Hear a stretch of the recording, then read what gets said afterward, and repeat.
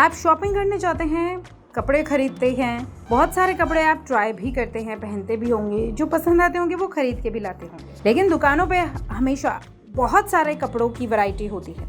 कभी आपके मन में यह ख्याल नहीं आता जो कपड़े बिक गए सो बिक गए, लेकिन जो कपड़े बिकने से बच जाते हैं उनका होता क्या है? आज आपको यही बताएंगे। देख रहे हैं आप अजब गजब। और हमें कमेंट बॉक्स में ये ज़रूर बताना, क्या आपको इस बारे में पहले से पता था?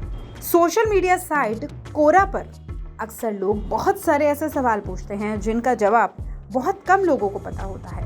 लोग अक्सर इस प्लेटफॉर्म पर आकर अजीब अजीब सवाल पूछते हैं और उनके जवाब भी इसी प्लेटफॉर्म से जुड़े लोग देते हैं। ऐसा ही एक सवाल यहाँ पर पूछा गया कि कपड़ों की दुकान पर बिना बिके कपड़ों का क्या होता है? क्या मालिक को नुकसान उठाना पड़ता है? भाई ये सवाल लाख टके का बनता है, क्योंकि हर सीजन के एंड में हमेशा कुछ कपड़े बिकने से रह ही जाते होंगे। कई बार आपने देखा भी होगा कि सीजन के एंड में कुछ सेल लगा दी जाती है, लेकिन सेल्स में भी हर कपड़ा नहीं बिकता, तब भी कुछ कपड़े रह जाते हैं। तो कई सारे कोरा यूजर्स ने इस सवाल का जवाब दिया, जिसे जानकर आप हैरान हो जाएंगे।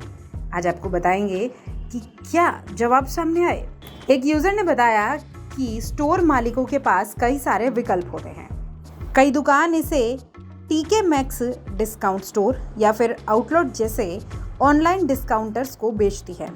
कई बार कुछ लोग आवश्यक चीज़ों की ऑनलाइन बिक्री शुरू कर देते हैं, या उनके पास खुद के आउटलेट स्टोर होते हैं जो पिछले सीजन के माल को डिस्काउंट पर बेचते हैं। और जब भी कोई माल डिस्काउंट पर बिकता है तो लोगों की खरीदने की भीड़ सी लग जाती है।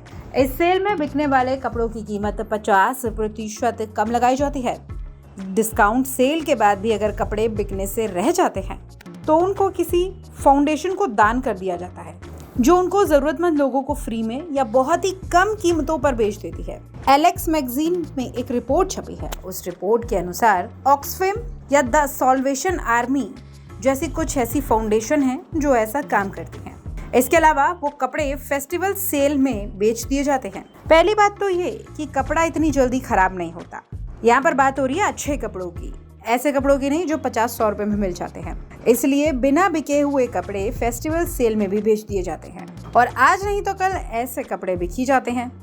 अगर फिर भी सेल में भी, फेस्टिवल सेल में भी ये कपड़े ना बिके तो दुकानदार बहुत ही कम प्रॉफिट में उन कपड़ों को निकालने के लिए तैयार हो जाता है, क्योंकि उसके पास तो तब तक नया माल आ जाता है। एक यूजर ने यह भी जवाब दिया कि दुकानदार कपड़ों के काम में इतना मार्जिन लेकर चलते हैं कि बचे हुए कपड़े में उनको लॉस ना हो। इसके अलावा जो निचले इलाके होते हैं या फिर ऐसे इलाके होते हैं जो ग्रामीण पृष्ठभूमि से जुड़े होते हैं, या जहां पर बहुत ही मिडिल क्लास लोग रहते हैं या गरीबी रेखा वाले लोग रहते हैं, ऐसे इलाकों में फेरी लगाकर यानी रेडी पे रखकर उन कपड़ों को बेचा जाता है।